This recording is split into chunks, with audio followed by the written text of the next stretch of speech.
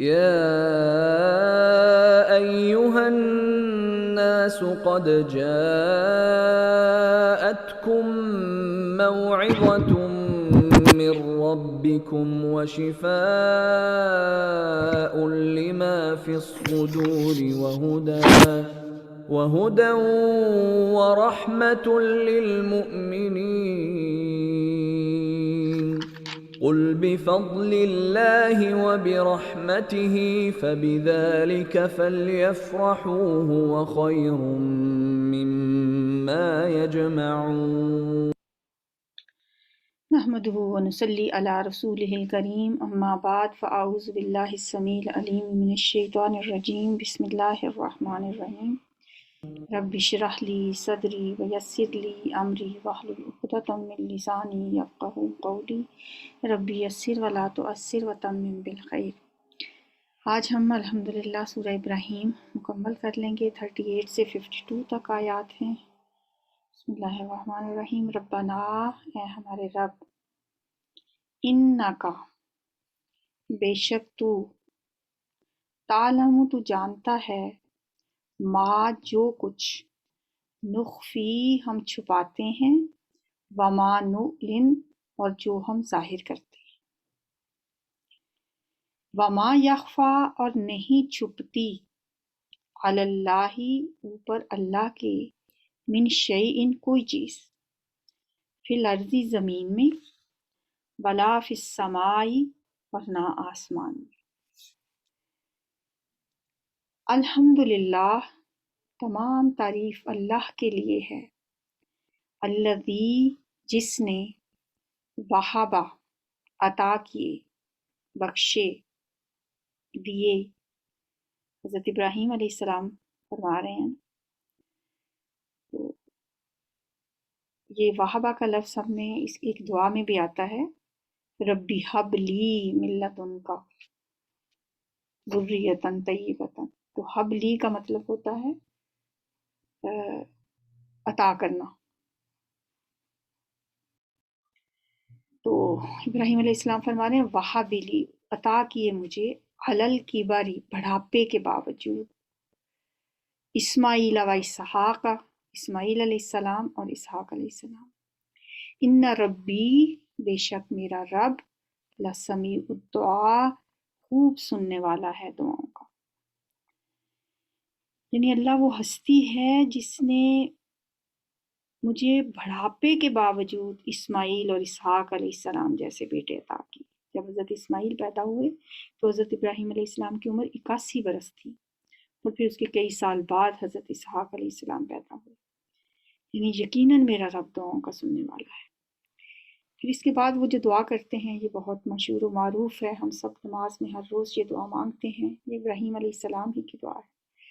فرماتے ہیں رب اجعلنی، اے میرے رب مجھے بنا دے۔ اس دعا کا ترجمہ بہت اچھی طرح سے سمجھ لیں تاکہ جب نماز پڑھیں تو غور و فکر کر کے، سوچ سمجھ کے کہ میں اللہ سے کیا مانگ رہی ہوں۔ اے میرے رب، اے میرے اللہ، مجھے توفیق دے۔ کیا توفیق دے؟ مجھے کیسا بنا دے؟ مقیم الصلاۃ، نماز کو قائم رکھنے والا۔ ہماری نمازیں جو ہیں نا وہ ہم صرف نماز پڑھتے ہیں، ہم نماز کو قائم نہیں کرتے، خشوع و خضوع کے ساتھ، عاجزی کے ساتھ، الفاظ پہ غور کر کے، اللہ کے ساتھ ایک تعلق بنا کے، اللہ کے ساتھ ایک گفتگو کا انداز نہیں ہوتا ہمارا کہ ہم اللہ سے باتیں کریں۔ ابراہیم علیہ السلام دعا کر رہے ہیں کہ اے میرے رب مجھے توفیق دے کہ میں نماز کو پوری طرح قائم رکھوں۔ اور پھر یہ اب صرف اپنے لیے دعا نہیں کرتے، اپنے ساتھ ساتھ وَمِن ذُرِّيَّتِي، اور میری اولاد میں سے بھی۔ ہم بھی پریشان رہتے ہیں اپنی اولاد کے لیے کہ وہ نماز نہیں پڑھتے، وہ دھیان سے نماز نہیں پڑھتے۔ تو اللہ ہمیں توفیق دے کہ ہر نماز میں جب ہم یہ کہیں اپنی اولاد کے بارے میں سوچ کے کہیں، اے اللہ مجھے بھی نماز قائم کرنے والا بنا اور میری اولاد میں سے بھی۔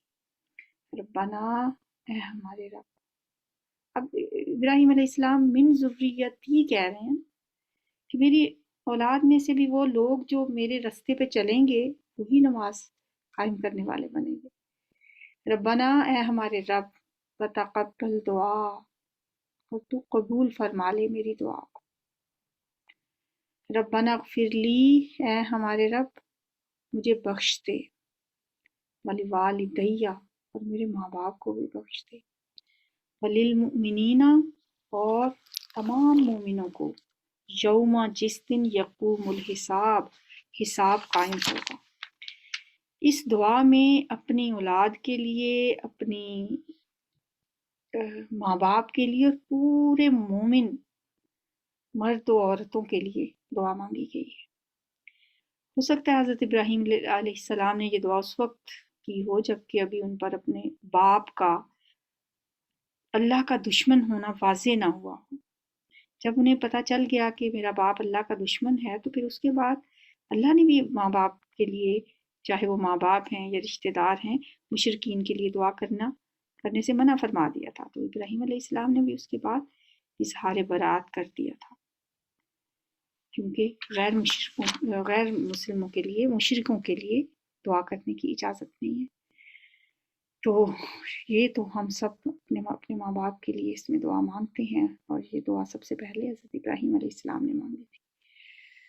وَلَا تَحْسَبَنَّ اللَّهَ، اور تم ہرگز نہ خیال کرنا، اور تم ہرگز نہ گمان کرنا، ہرگز نہ سمجھنا، اللہ کو، غافلاً، کہ وہ غافل ہے، اما، اس سے جو، یعمل الظالمون، جو کرتے ہیں ظالم لوگ جو کچھ بھی کر رہے ہیں، اللہ کو اس سے غافل نہ سمجھنا۔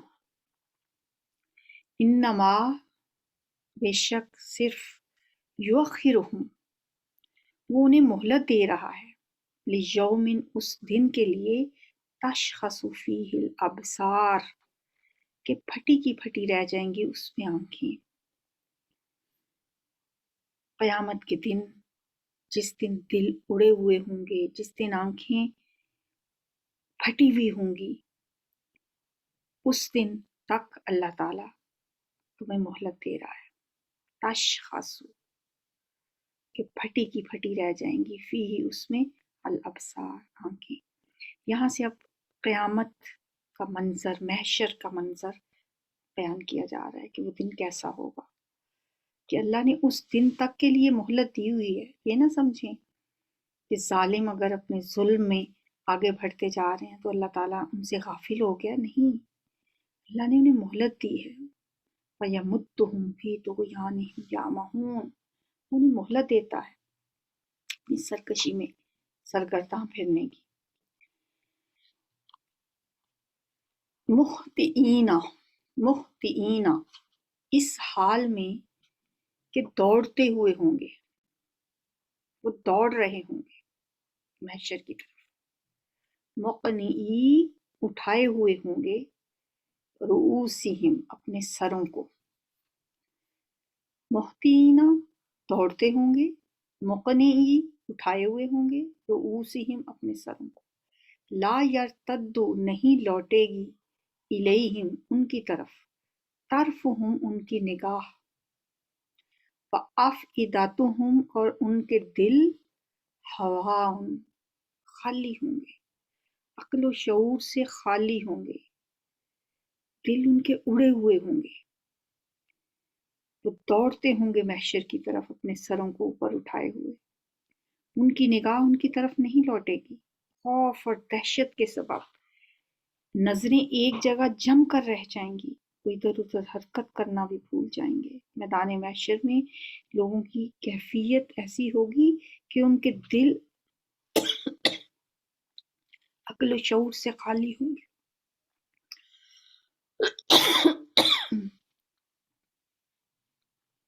وَأَنذِرِ النَّاسَ، اور آپ ڈرائیں لوگوں کو، یوم، اس دن سے، یأتیہم العذاب، جب آئے گا ان پر عذاب۔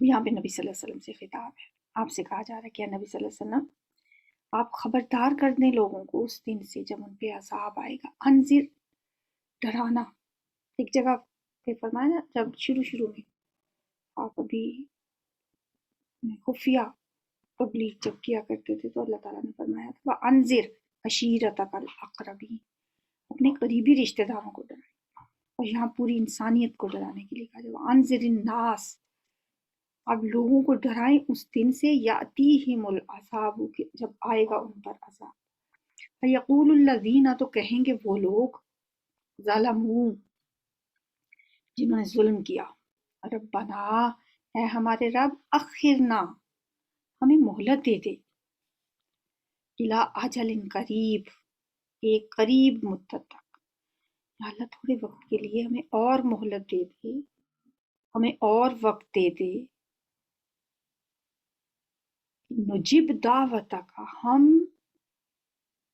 تیری دعوت کو قبول کر لیں گے، اس وقت پھر خیال آئے گا، نجب دعوتک، ہم قبول کر لیں گے تیری دعوت، وَنَتَّبِعِ الرُّسُلَ، اور ہم پیروی کریں گے رسولوں کی، ان سے غلطی ہو گئی، کوتاہی ہو گئی، اب ہمیں ایک دفعہ مہلت دے دے۔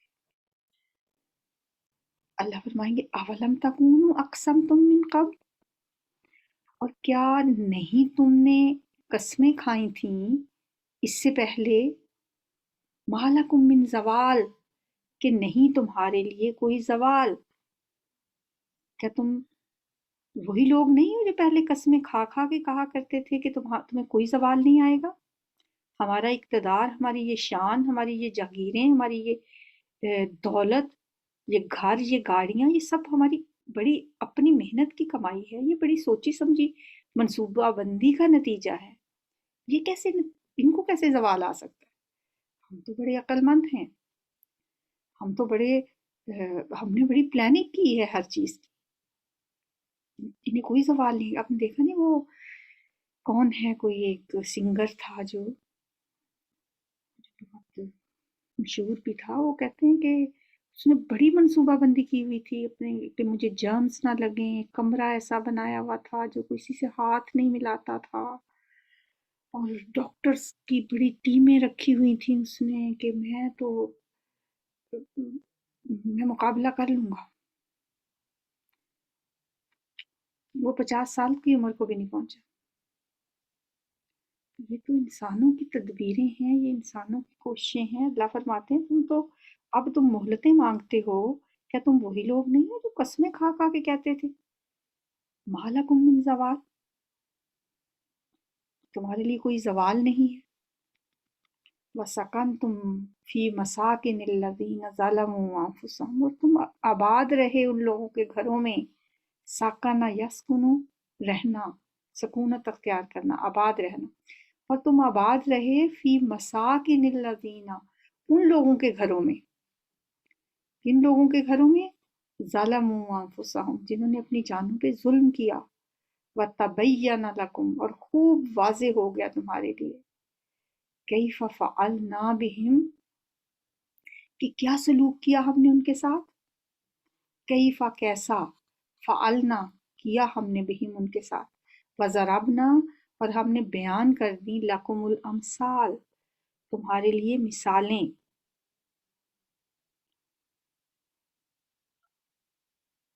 وَسَكَنْتُمْ فِي مَسَاكِنِ الَّذِينَ ظَلَمُوا أَنفُسَهُمْ کا مطلب ہے کہ تمہارے آس پاس کے علاقوں میں وہ قومیں آباد تھیں جو ماضی میں اللہ کے عذاب کا نشانہ بنی، قوم عاد، قوم سمود، اور قوم مدین، لوط علیہ السلام کی قوم، ان کے شہروں کے آثار سے بھی تم خوب واقف ہو، اور تم انہی علاقوں میں رہے ایک قوم کے جانے کے بعد، ان پہ عذاب آنے کے بعد، یہی زیرہ نمائی عرب میں ہی یہ سب آباد تھے۔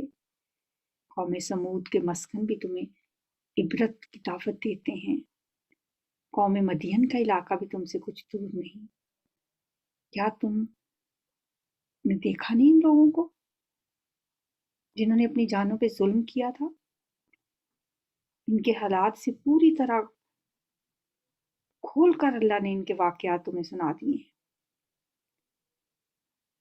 ایک شروع میں ہی اس صورت میں اللہ تعالیٰ نے فرمایا وَذَكِّرْهُمْ بِأَيَّامِ اللَّهِ، آپ اللہ کے دنوں، یعنی پچھلی قوموں کے واقعات جو عذاب کے ہیں، ان کے ساتھ لوگوں کو خبردار کریں، ان کے ساتھ ان کو تذکیر کریں، وذکرہم بایام اللہ.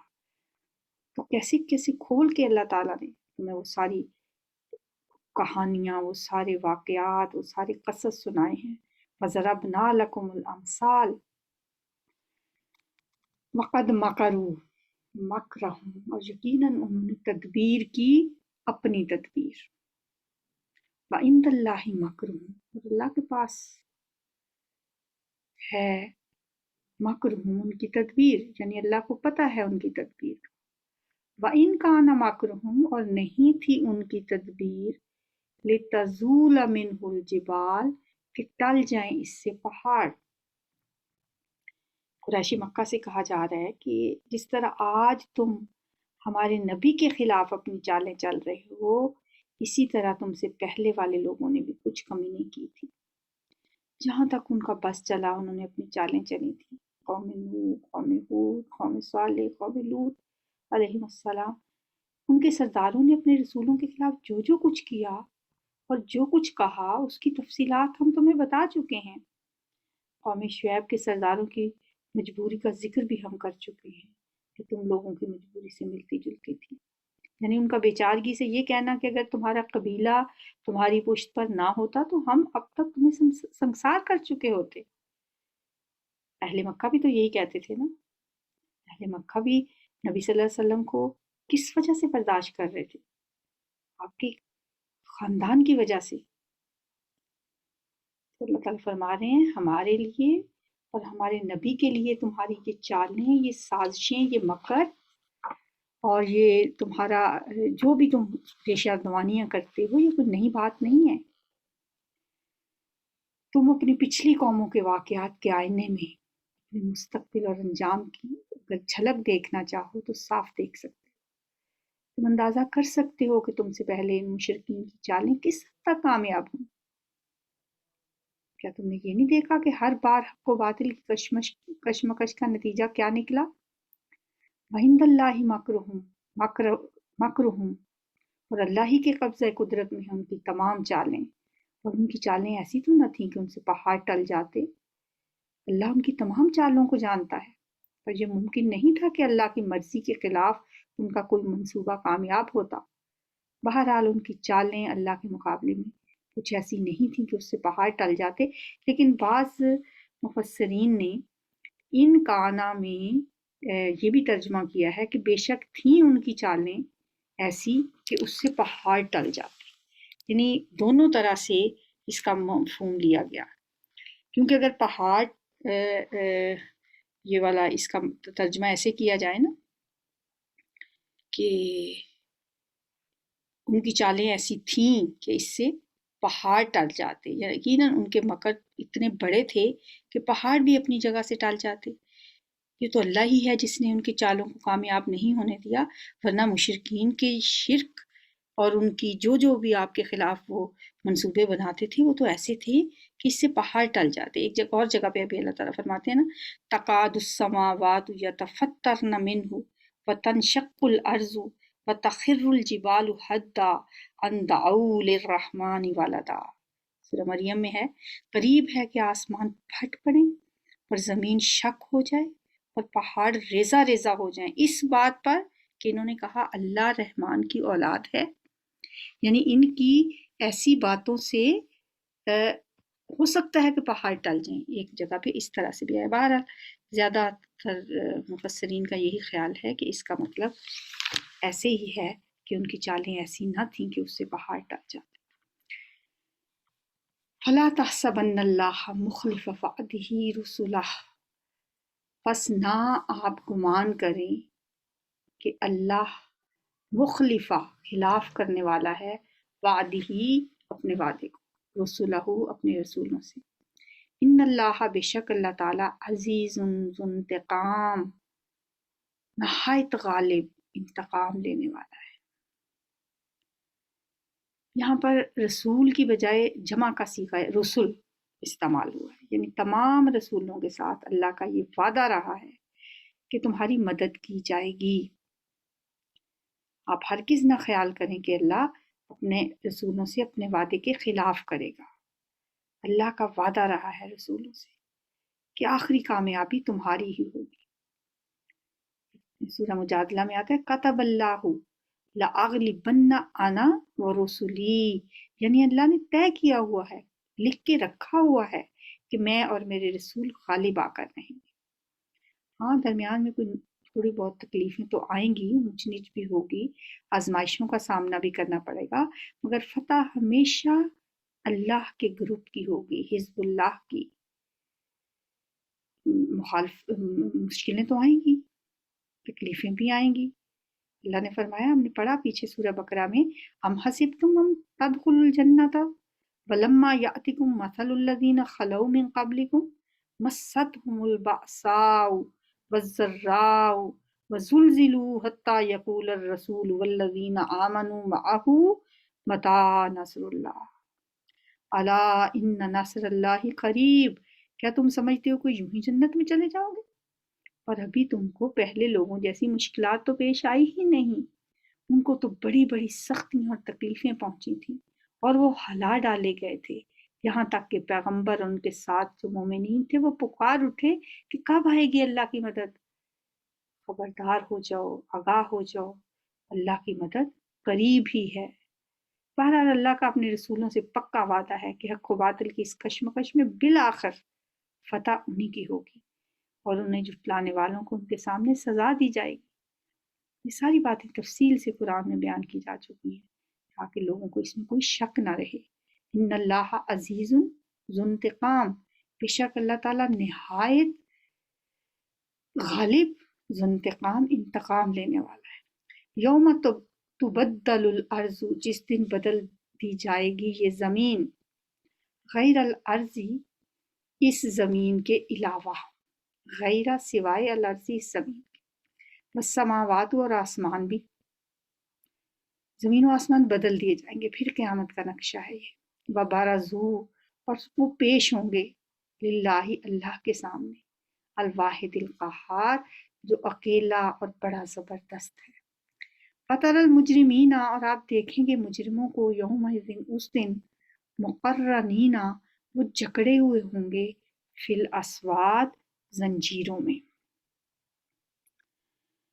یہ محشر کے دن کی منظر کشی ہے، پہلے بھی کئی دفعہ ہم اس کے بارے میں بات کر چکے ہیں۔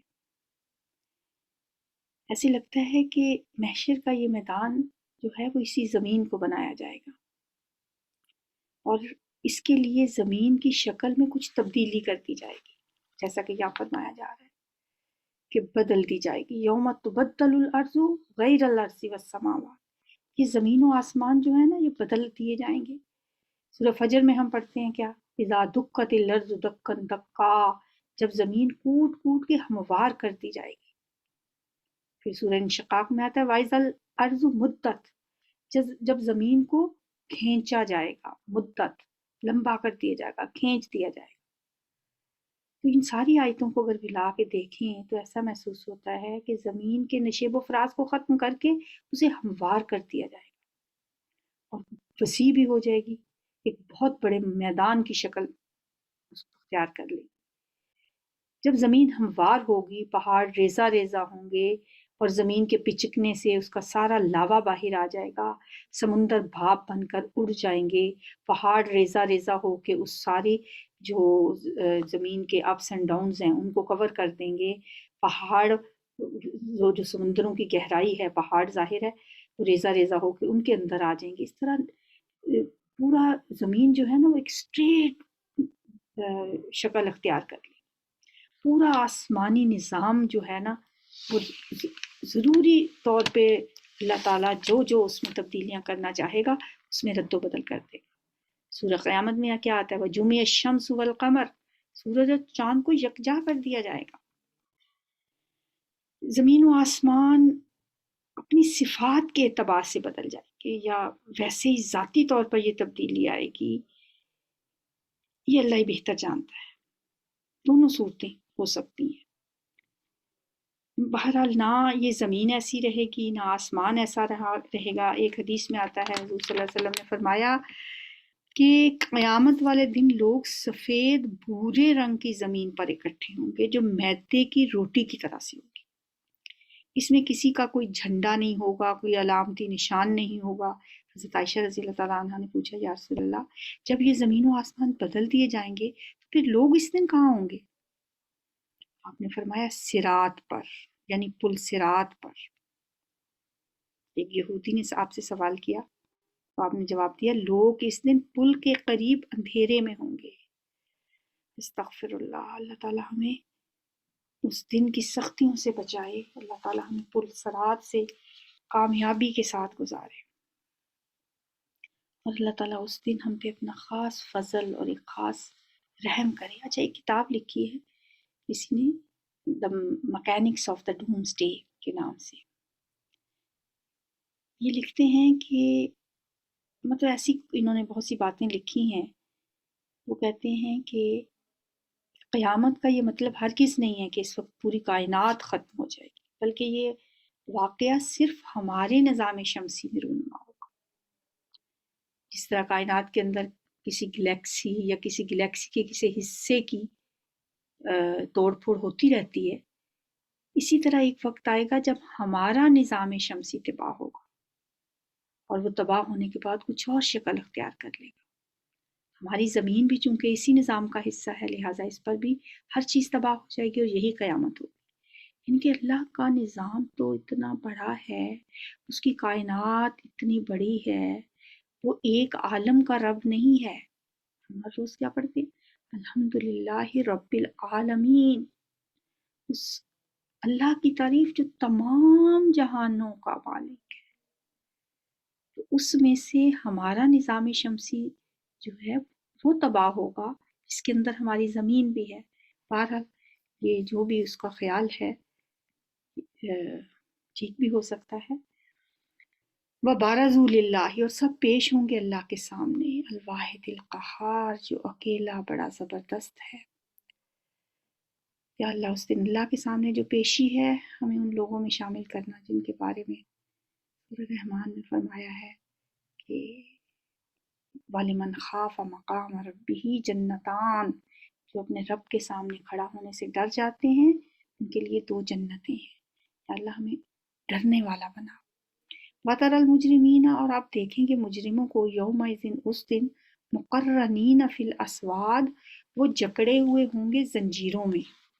استغفر اللہ. اللہم لا تجعلنا منہم.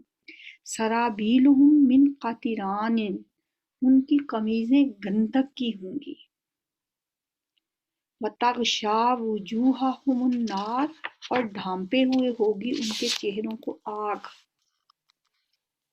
لِيَجْزِيَ اللَّهُ كُلَّ نَفْسٍ مَا كَسَبَتْ، تاکہ بدلہ دے اللہ ہر نفس کو ما کسبت جو اس نے کمایا. ان اللہ سریع الحساب، بے شک اللہ تعالیٰ بہت جلد حساب لینے والا ہے.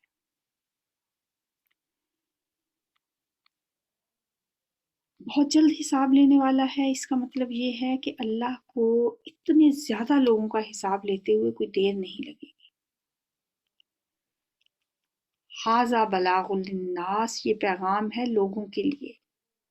وَلِيُنذَرُوا بِهِ، اور تاکہ وہ ڈرائے جائیں. وَلِيُنذَرُوا، تاکہ وہ ڈرائے جائیں بِهِ، اس کے ذریعے. وَلِيَعْلَمُوا، اور تاکہ وہ جان لیں انما، کہ بے شک وہ الہ واحد، ایک اکیلا معبود ہے، صرف وہی ایک معبود ہے. وَلِيَذَّكَّرَ أُولُو الْأَلْبَابِ، اور تاکہ نصیحت حاصل کریں عقل والے. اس قرآن اور اس کے احکام کو لوگوں تک پہنچانے کی ذمہ داری اللہ تعالیٰ نے نبی صلی اللہ علیہ وسلم پہ ڈالی تھی. آپ نے یہ ذمہ داری بہت اچھے طریقے سے پوری کر دی، اور اب یہ ذمہ داری آپ کی امت کے ہر فرد پہ عائد ہوتی ہے کہ وہ یہ پیغام تمام انسانوں تک پہنچائیں. یعنی اس قرآن کے ذریعے سے تمام انسانوں کی تذکیر کا حق ادا کرنا مقصد ہے. سورہ نام میں اللہ تعالیٰ نے فرمایا وَأُوحِيَ إِلَيَّ هَٰذَا الْقُرْآنُ لِأُنذِرَكُم بِهِ وَمَن بَلَغَ، یہ قرآن میری طرف سے وحی کیا گیا ہے تاکہ میں خبردار کر دوں اس کے ذریعے سے تمہیں بھی اور ہر اس شخص کو جس تک کہ قرآن پہنچائے، اور تاکہ وہ جان لیں کہ صرف وہی معبود ہے اکیلا، اور اس لیے کہ نصیحت پکڑیں عقل والے۔ اللہ تعالیٰ سے دعا ہے کہ اللہ تعالیٰ ہمیں اسی طرح قرآن سے جوڑے رکھے اور اسے آگے پہنچانے کی توفیق عطا فرمائے۔ یہ کچھ الفاظ ہیں۔ نخفی، ہم چھپاتے ہیں، we conceal، اخفا یخفی، اخفا چھپانا، وہبا عطا کیے، as granted، وہبا یہب، وہبن عطا کرنا، لا تحسبنہ، نہ تم ہرگز سمجھو، ڈونٹ تھنک، حسب یحسب حسبان، خیال کرنا، گمان کرنا، تشخص پتھرا جائیں گی، will stare، شخص یشخص شخوص آنکھوں کا پتھرا جانا، لا یرتدو نہیں لوٹے گی، not returning، ارتدا یرتدو ارتداد لوٹنا، مرتد ہونا بھی اسی سے ہوتا ہے۔